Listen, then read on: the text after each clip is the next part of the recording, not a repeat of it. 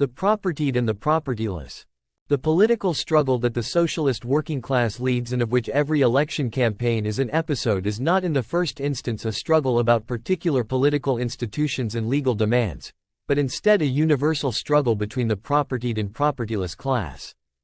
To understand it correctly, it is necessary to take a close look at the combatants, the causes, and the aims of this struggle.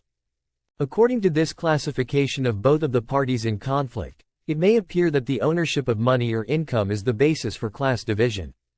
This is how it's often understood by our bourgeois opponents. They take income or asset statistics in their hands, draw a few lines that separate the low from the middle incomes and the middle from the high incomes, and believe that they've obtained an insight into the class relations of the present day. Even more comically, they do this when they present a statistic from the Middle Ages or the 18th century and from this prove that there were proportionately just as many low, middle and high incomes at the time as there are now, and with this they believe they have refuted the concentration of capital, the demise of the middle class and the escalation of class contradictions. These poor jokers, who want to demonstrate away the obvious facts of the great social upheaval in this way, clearly don't have the faintest idea of what a social class actually is. A class is not a group of people that have the same size of income. It is instead a group of people who fulfill a particular function economically in social production. We say economically, so that you don't fall for the idea that the technical side of work is understood as the social function. A weaver and a typographer professionally have a different function. Technically their work is varied, but economically they are both waged workers and belong to the same class. In the manifold diversity of the social production process, it is no wonder that a colorful picture of the most diverse social classes appeals to the eye. In industry, capitalist employers stand against waged workers. From this universal fundamental relationship, different class relationships are built up, according to the scale of the industry. The independent craftsman concurs with the capitalists that he is an independent businessman, but he employs no waged workers. And the small masters of artisanal small enterprises, just like shopkeepers, are even described in colloquial language as separate from the large-scale capitalists, as the middle class. Their difference consists in the smaller number of workers and the smaller amount of capital, without it being possible to identify firm boundaries between the two groups. In large industry, a group of overseers and technical work managers slide in between the capitalists and the workers. The high technical and scientific demands placed on today's large and giant conglomerates have called into being a class of private technical and scientific officials that form the intelligentsia, alongside similar and equally placed public officials. Economically they belong to wage workers, as even they sell their labor power, a special intellectual labor power trained by long studies and better paid for wages. The higher level of wages, i.e., their very different living standards, again separates them from workers. At the same time, the development of large industry has effected a separation between the industrial entrepreneur, who lives off profits, and the owners of money, who live off interests, through the vast amounts of capital that it demands. In the stock company, a paid official even steps into the role of the employer, the director. The double function of the capitalist, to direct production and to pocket the surplus value, has been divided between two types of people. However, all finance capitalists cannot be lumped together, just like all industrial capitalists. According to their size, a differentiation persists, like in the world of fish in the sea. The big devour the little. A little rentier is as much a finance capitalist as a member of high finance, but to these stock market wolves he is a stock market lamb, as it were, and hence his social role is another one. If we now take a look at agriculture, we find the same gradations, even if not in exactly the same way, as in industry. Only a class is added here, because the landowners, through their monopoly, can extract a ground rent from the yield of agriculture without playing any active role. You have dwarf peasants, small farmers, medium and large farmers, and farm workers. Here the hybrid and transitional forms are emerging that confuse the picture of social classes to an untrained eye. The agricultural workers often have a small plot of land, while owners of smaller plots of land, too small to live off, seek additional income as agricultural or even industrial workers. They are hence simultaneously independent landlords and wage workers. In the home industry we find supposedly independent craftsmen that are totally dependent, body and soul, upon capitalist businessmen. That the legal form of waged service doesn't suffice to ascertain class is shown by the numerous transitions from the paid director to the worker, via subdirector, head of department, chief engineer, technician, draughtsman, supervisor.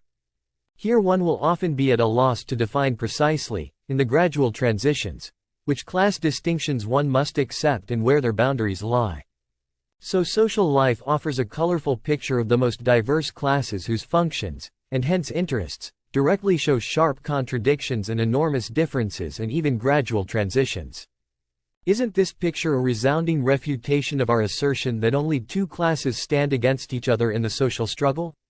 And doesn't a look at the varied functions of classes immediately show that the definition of two groups, only according to their assets, is unscientific and unsustainable, a fictitious assertion only for the purpose of demagogic sedition? No. This definition is substantiated in the social order in its deepest essence. It emerges from the specific role that money plays since the advent of capitalism.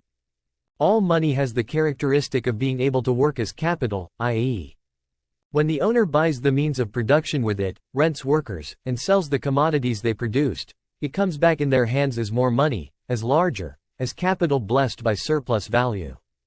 They do not even have to do it themselves. With the greatest pleasure others will take away the stress and worries of running a business and pay them part of the profit as interest for the use of their capital.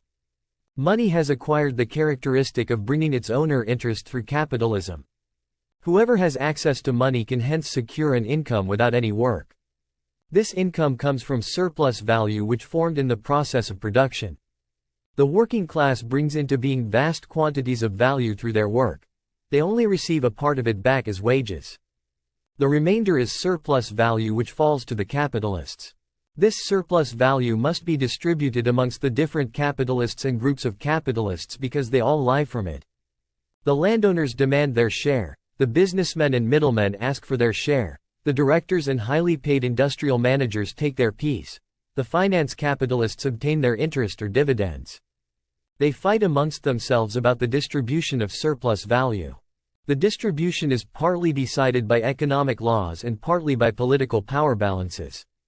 What matters to us here is the fact that all those who have money are thereby entitled to a certain extent to some of the surplus value, provided of course that they do not hide it in an old stocking like the former misers.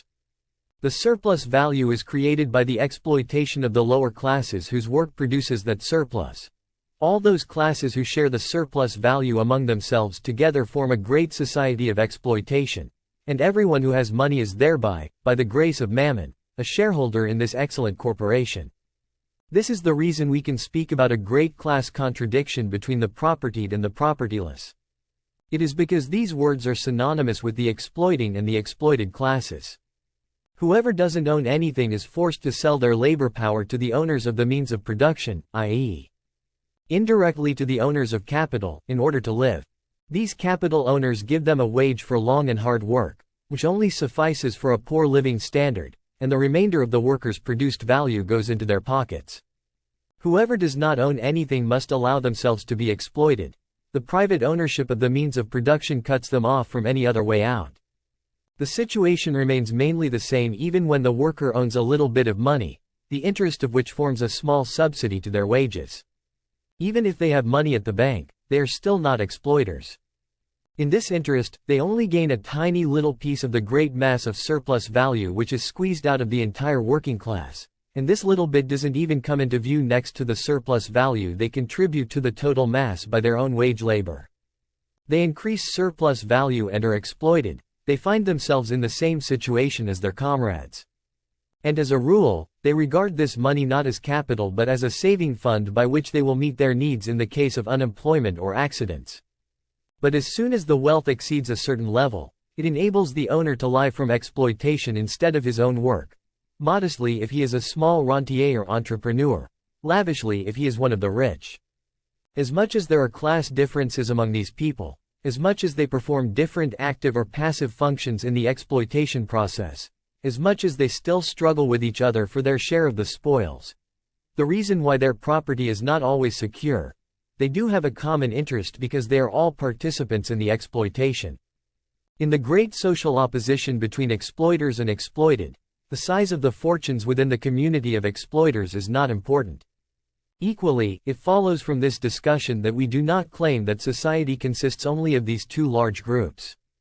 There is a layer between them, of which it is impossible to say whether it is closer to one or the other group, such as a peasant who exploits workers and are themselves exploited by the landlord, or a civil servant who receives a mediocre salary.